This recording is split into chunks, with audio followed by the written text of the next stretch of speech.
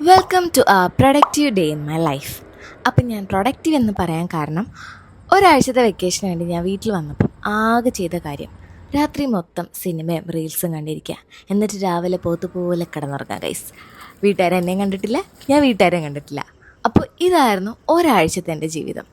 അപ്പോൾ ഇന്ന് last day ആയത് കാരണം ഞാൻ വിചാരിച്ചു കുറച്ച് പ്രൊഡക്റ്റീവ് ആക്കാമെന്ന്. വീട്ടുകാരായിട്ട് കുറച്ച് ടൈം സ്പെൻഡ് ചെയ്ത് നല്ല കുട്ടിയായിട്ടിരിക്കുകയാണ്. അപ്പോൾ രാവിലെ തന്നെ കുളിച്ച് വിളക്കൊക്കെ കത്തിച്ച് എന്തായാലും രാവിലെ എണീച്ചതല്ലേ, എന്നാൽ പിന്നെ അമ്പലത്തിലോട്ടും കൂടെ ഒന്ന് പോകാമെന്ന് വിചാരിച്ചു. എൻ്റെ വീടിൻ്റെ തൊട്ടടുത്ത് തന്നെയാണ് കേട്ടോ അമ്പലം ഉള്ളത്. ഞാൻ നൈറ്റ് ഷിഫ്റ്റ് ചെയ്യാൻ തുടങ്ങിയിട്ട് ഏകദേശം ഇപ്പം ഒരു വർഷം ആവാറായിട്ടോ. ആൻഡ് അതിൻ്റെ ആഫ്റ്റർ എഫക്ട്സ് ആണ് ഈ രാവിലെയൊക്കെ കിടന്നുറങ്ങുന്ന പരിപാടി. അമ്പലത്തിൽ വന്നപ്പം തീരെ ആൾക്കാരുണ്ടായിരുന്നില്ല. ഇതാണ് ഗൈസ് ഞാൻ സ്വപ്നം കണ്ട എൻ്റെ അമ്പലം. എൻ്റെ വീട്ടിൽ ഉപ്മാവ് ബഹിഷ്കരിച്ചിട്ട് കുറേ കാലമായിട്ടോ. ഇപ്പം അതിന് പകരം അമ്മ പോഹയാണ് ഉണ്ടാക്കി തരാറ്. ഇതിൻ്റെ എക്സിക്യൂഷൻ അമ്മയാണെന്നുണ്ടെങ്കിലും ബാക്കിലുള്ള മാസ്റ്റർ ബ്രെയിൻ എൻ്റെ അച്ഛനാണ് കേട്ടോ. ആൻഡ് എൻ്റെ വീട്ടിലെ മെയിൻ ഷെഫ് എന്നും അച്ഛനാണ്. വെക്കേഷനൊക്കെ അച്ഛൻ വീട്ടിൽ വരുന്ന സമയത്ത് അമ്മ അടുക്കള കാണാറ് പോലും ഇല്ല കേട്ടോ.